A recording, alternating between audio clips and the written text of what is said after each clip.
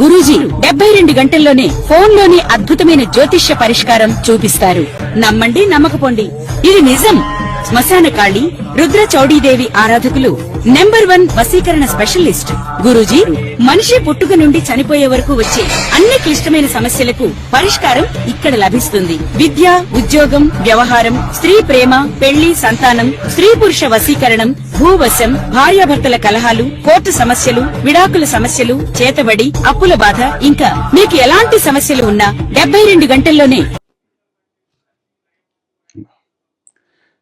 ఈ పరాభవనామ సంవత్సరంలో వృశ్చిక రాశిలో జన్మించినటువంటి వారికి ఆదాయం 11, వ్యయం 5, రాజ్యపూజ్యం 2, అవమానము 6. ఇక గమనించుకున్నట్లయితే ప్రధానంగా పంచమ స్థానంలో శని సంచారం, ఇది సాధారణమైనటువంటి మిశ్రమ ఫలితాలనే అనేటువంటిది ఇస్తారు.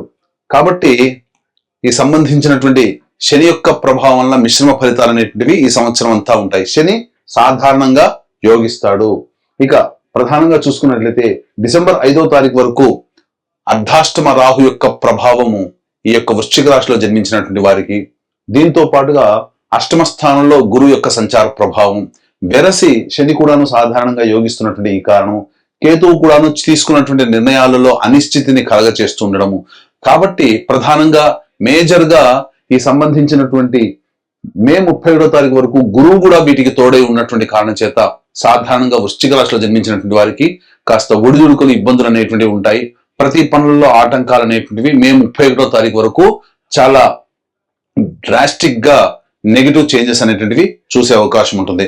కానీ ఎప్పుడు ఒకే రకంగా ఉంటుందానంటే దీని తదనంతరం మిగతా గ్రహాల యొక్క అనుగ్రహం కూడా సంపూర్ణంగా ఉండడం వల్ల ఒక్క గురువు మాత్రమే మిమ్మల్ని రక్షిస్తాడు. గురువు అంటేనే దైవము, అలాగే పెద్దలు. కాబట్టి ఈ వృశ్చిక రాశిలో జన్మించినటువంటి స్త్రీ పురుషులు ఈ సంవత్సరంలో మీరు ఆనందంగా జీవించాలి అనంటే మీ ఇష్ట దైవానికి ఎల్లప్పుడూ దగ్గరగా ఉండే ప్రయత్నం చేయండి. ఇంకొకటి, పెద్దల ఆశీర్వచనం ఎల్లప్పుడూ తీసుకునే ప్రయత్నం, ప్రతి పనులలో తీసుకునే ప్రయత్నం చేయండి. ఇక ఈ విధంగా 2 పనులు కనుక చేసినట్లయితే ఈ గ్రహాల నుంచి వచ్చేటువంటి దుష్ప్రభావం చాలా తగ్గి చిన్న చిన్న సమస్యలతో మీరు బయటపడతారని చెప్పవచ్చు. ఇక అక్టోబర్ 31 నుంచి ఇక్కడ గమనించుకున్నట్లయితే జూన్ 1వ తారీఖు నుంచి అక్టోబర్ 30వ తారీఖు వరకు గురువు కర్కాటక రాశిలో 9వ స్థానంలో సంచారం చేస్తున్నటువంటి ఈ కారణం చేత అర్ధాష్టమ రాహు దోషమైనప్పటికీ కూడా, అలాగే శని ప్రభావం అయినప్పటికీ కూడా అన్ని విధాలుగా ఈ గురువు కంట్రోల్లోకి వెళ్ళిపోయి ఆనందకరమైనటువంటి జీవితాన్ని పొందుతారని చెప్పవచ్చు. ఇక ముఖ్యంగా విదేశీయానం, విదేశీ విద్యకు వెళ్ళాలనుకునేటువంటి వాళ్ళకి ఇది చాలా అద్భుతమైనటువంటి యోగ కాలంగా చెప్పొచ్చు. కోరుకున్నటువంటి విద్యా సంస్థల్లో మీకు ప్రవేశం జరిగేటువంటి అవకాశము గోచరమవుతుంది. ఇక అక్టోబర్ 31 నుంచి వచ్చే సంవత్సరం జనవరి 24వ తారీఖు వరకు సింహరాశిలో గురు సంచార ప్రభావము, ఈ కారణం చేత రాహు, అర్ధాష్టమ రాహువు అలాగే గురువు కూడాను అనుకూలించకుండా ఉన్నటువంటి ఈ కారణం చేత ప్రధానంగా నష్టములు ఎలా ఉంటాయి, ప్రధానంగా గమనించుకున్నట్లయితే రాజ్య భ్రష్టత్వం అంటే చేస్తున్నటువంటి ఉద్యోగంలో కాస్త ఒడిదుడుకులు ఎదురై మళ్ళీ వేరే ఉద్యోగం ఎదుర్కోవాల్సినటువంటి పరిస్థితి ఎప్పుడు అక్టోబర్ 31 నుంచి జనవరి 24 మధ్య కాలంలో, లేదా వ్యాపారంలో అనుకున్నంత లాభసాటిగా రాకపోవడము, తద్వారా కొత్త ప్రాజెక్టులు పెట్టినటువంటివి మళ్ళీ కాస్త ఆ సంబంధించినటువంటి ఇష్యూస్ తో ఇబ్బందులు పడుతూ ఉండడం, ఇలా అనేక విధాలుగా ఈ సింహరం స్థానంలో గురు సంచార ప్రభావం జరుగుతున్నటువంటి వృశ్చిక రాశి వారికి కలగబోతాయి. ఇక మళ్ళీ జనవరి 24 నుంచి వచ్చే సంవత్సరం ఉగాది వరకు మళ్ళీ కర్కాటక రాశిలో ప్రవేశం చేస్తున్నటువంటి ఈ కారణం చేత ప్రధానంగా ఈ సంబంధించినటువంటి ఇబ్బందుల నుంచి బయటపడడానికి మళ్ళీ మార్గం సుగమం. అంటే ఎక్కడైనప్పటికీ కూడాను మీ యొక్క జీవితంలో ఈ వృశ్చిక రాశిలో జన్మించినటువంటి వారికి గురువే ప్రధానంగా యోగకరుడు అవుతున్నాడు. మిగతా పాపగ్రహాల యొక్క ప్రభావం అధికంగా ఉన్నటువంటి ఈ కారణం చేత ఎంతవరకు యోగిస్తాడండి గురువు? ఒక్క గురువు మాత్రమే ఎంతవరకు పట్టుకొని పైకి రాగలుగుతాడు. అందుకనే సాధారణంగా మీకు యోగించే గ్రహం గురువుతో పాటుగా మీరు నిత్యం కొలిచే ఇష్ట దైవాన్ని మీరు ఎప్పుడు కూడాను దగ్గరగా ఉన్నట్లయితే ఆ దైవ అనుగ్రహం కూడా మీ మీద ప్రసరించి మీకు అనుకున్నటువంటి విజయాలు మీరు పొందగలుగుతారు. ఇక డిసెంబర్ 5 తర్వాత రాహువు 3వ స్థానంలో సంచారం చేస్తుండడం, కేతువు 9వ స్థానంలో సంచారం చేస్తుండడం, ఇది ఒక విధంగా కలిసి వచ్చేటువంటి సమయం చెప్పవచ్చు. అనగా అప్పటి వరకు పడినటువంటి కష్టాల నుంచి కాస్త వెసులుబాటు అనేటువంటిది జరిగి తీరుతుంది. ఇక గమనించుకున్నట్లయితే సాధారణంగా నిరుద్యోగస్తులు ప్రధానంగా ఉద్యోగం ఎప్పుడు లభిస్తుంది, ఆల్రెడీ ఉద్యోగం చేస్తున్నటువంటి వాళ్ళు వేరే సంస్థల్లోకి ప్రయత్నం చేయాలంటే ఏ సమయంలో ప్రయత్నం చేయాలి, అంతేకాకుండా ఇక్కడ ప్రధానంగా కేంద్ర రాష్ట్ర ప్రభుత్వంలో పనిచేసేటువంటి వ్యక్తులు ఎవరైతే ఉంటారో వాళ్ళకి ప్రమోషన్స్ లేదా బదిలీలు ఎప్పుడు ఏ సమయంలో కలుగుతాయి, అన్నిటికంటే ముఖ్యంగా కేంద్ర రాష్ట్ర ప్రభుత్వాల్లో సంబంధించి పనిచేసే కాంట్రాక్టర్స్ ఎప్పుడు బిల్స్ పాస్ అవుతాయి, ధనం ఎప్పుడు మనకు లభిస్తుంది, అలాగే కొత్త కాంట్రాక్టులు ఎప్పుడు చేజిక్కించుకోవాలి అనేటువంటి యొక్క విషయాలు కనుక మనం చూసుకున్నట్లయితే ఈ యొక్క వృశ్చిక రాశిలో జన్మించినటువంటి వారికి ప్రధానంగా ఈ సంవత్సరం 14 ఏప్రిల్ నుంచి 14 మే వరకు ఉన్నటువంటి సమయం చాలా అద్భుతంగా చెప్పవచ్చు. అలాగే 17 ఆగస్టు నుంచి 17 అక్టోబర్ మధ్య ఉన్నటువంటి కాలం అనుకూలంగా మంచి సమయం చెప్పవచ్చు. మరియు వచ్చే సంవత్సరం 14 జనవరి నుంచి 12 ఫిబ్రవరి వరకు ఉన్నటువంటి కాలము మంచి సమయం. ఈ సమయంలోనే నిరుద్యోగస్తులు ఉద్యోగము, వేరే ఉద్యోగాలలో వేరే సంస్థల్లో ప్రయత్నం చేసుకోవడం, కాంట్రాక్టర్స్ కి బిల్స్ పాస్ అవ్వడం, కొత్త కాంట్రాక్ట్స్, అలాగే కోరుకున్న చోట బదిలీలు అనేటువంటివి జరుగుతాయి. ఈ యొక్క సంబంధించినటువంటి వృశ్చిక రాశిలో జన్మించినటువంటి కేంద్ర రాష్ట్ర ప్రభుత్వ ఉద్యోగులకి సంబంధించి బదిలీల విషయంలో కాస్త తర్జన భర్జన జరగడం, ఎక్కువగా శ్రమ కోరిస్తే తప్ప మీ పలుకుబడిని ఉపయోగించుకుంటేనే తప్ప మీరు కోరుకున్న చోటికి బదిలీలు రాలేకపోతారు. అలాగే ప్రమోషన్స్ కోసం ఎదురు చూసేటువంటి వాళ్ళకి కొంతమందికి నిరాశాభంగం అనేటువంటిది నిరాశానికి కలుగుతుంది. కాబట్టి జాగ్రత్తగా దైవానుగ్రహాన్ని పొందే ప్రయత్నం చేస్తేనే మీరు అనుకున్న విధంగా మీరు జీవించగలుగుతారని చెప్పవచ్చు. అయితే ఈ వృశ్చిక రాశి వారికి చాలా నెలలు అనగా ఉన్నటువంటి సమయంలో 5 నెలలు అనుకూలం, 7 నెలలు అనుకూలంగా లేని కారణం చేత ప్రధానంగా సంబంధించినటువంటి దోష నివారణ అనేటువంటిది మీరు ఖచ్చితంగా దైవ అనుగ్రహం కోసం పాటుపడాలి. ఈ వృశ్చిక రాశి వారితో పాటుగా 12 రాశిలో జన్మించినటువంటి వారికి మంచి ఎక్కువ జరగాలి, చెడు తక్కువ జరగాలి అనేటువంటి సదుద్దేశంతో మన పీఠమాధ్వర్యంలో ఏప్రిల్ 1వ తారీఖు రోజున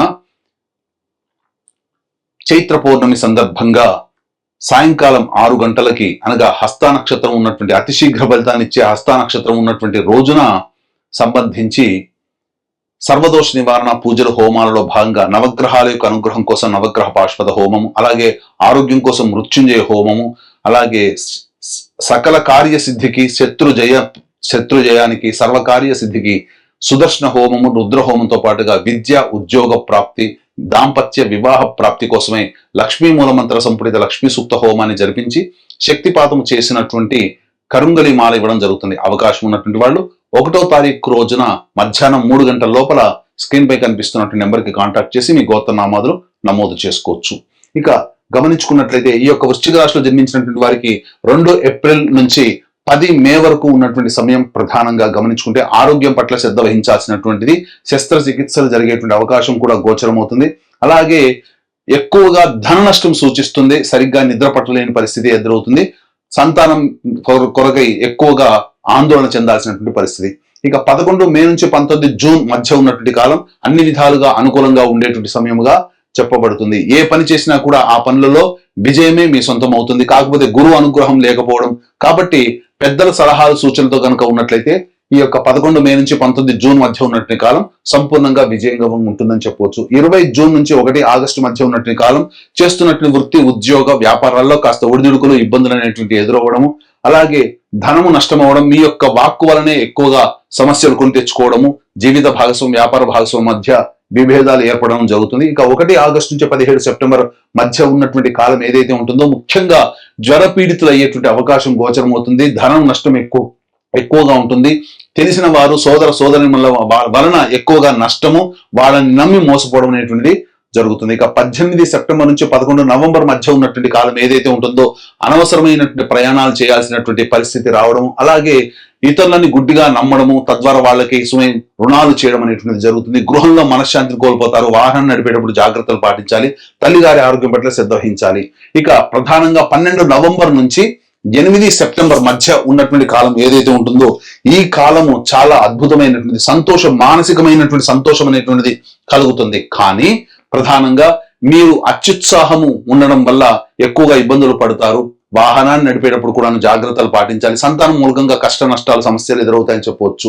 అలాగే ఈ రాశిలో జన్మించినటువంటి విద్యార్థులకి ప్రధానంగా అష్టమ గురు ప్రభావంలో విద్యార్థులకి జ్ఞాపక శక్తి తక్కువగా ఉండడము, మే 31 లోపలనే మాక్సిమం కాంపిటేటివ్ ఎగ్జామ్స్ అనేటువంటి ఉండడం, అకాడమిక్ ఇయర్ ఎగ్జామ్స్ కూడా ఉండడం వలన ఈ వృశ్చిక రాశిలో జన్మించినటువంటి విద్యార్థుల తల్లిదండ్రులు కాస్త దైవానుగ్రహాన్ని పొందే ప్రయత్నం చేస్తూ విద్యార్థులకి మంచి చెడు చెప్పుకునేటువంటి విధంగా ఉండాలి. అన్ని విధాలుగా వాళ్ళని ప్రిపేర్ చేసేటట్టుగా చూసుకోవాలి. అయితే విదేశీయానానికి మాత్రం అక్టోబర్ 31 నుంచి జనవరి 24వ తారీఖు వరకు ఉన్నటువంటి సమయం చాలా అద్భుతమైన కాలం అని చెప్పొచ్చు. అయితే ప్రధానంగా విదేశాల్లో నివసిస్తున్నటువంటి వాళ్ళకి ఉన్నటువంటి కాంట్రాక్ట్స్ అనేటివి ఈ సమయంలోనే కంటిన్యూ అవుతాయి. H1B వీసాలు అనేటివి సంప్రాప్తం అవుతాయని చెప్పొచ్చు. అయితే దూర ప్రాంత విదేశీ గమనానికి, విదేశీ విద్యకి సంబంధించి జనవరి 24 నుంచి వచ్చే సంవత్సరం ఉగాది వరకు అక్టోబర్ 31 నుంచి జనవరి 24వ తారీఖు వరకు ఉన్నటువంటి సమయం విదేశీ విద్యకు అనుకూలంగా ఉండేటువంటి సమయం. కాబట్టి ఈ సమయంలో ప్రయత్నం చేయండి. తప్పకుండా మీకు ప్రవేశం అనేటువంటిది లభిస్తుంది. కాకపోతే అక్కడికి వెళ్ళిన తర్వాత మాత్రం ఖచ్చితంగా గ్రహ సంచార ప్రభావాలను ఖచ్చితంగా కష్ట నష్టాలు ఎదుర్కోవాల్సి వస్తుంది ఈ సమయంలో. కాబట్టి ముందుగా ప్రిపేర్ అయి ప్రయత్నం చేయండి.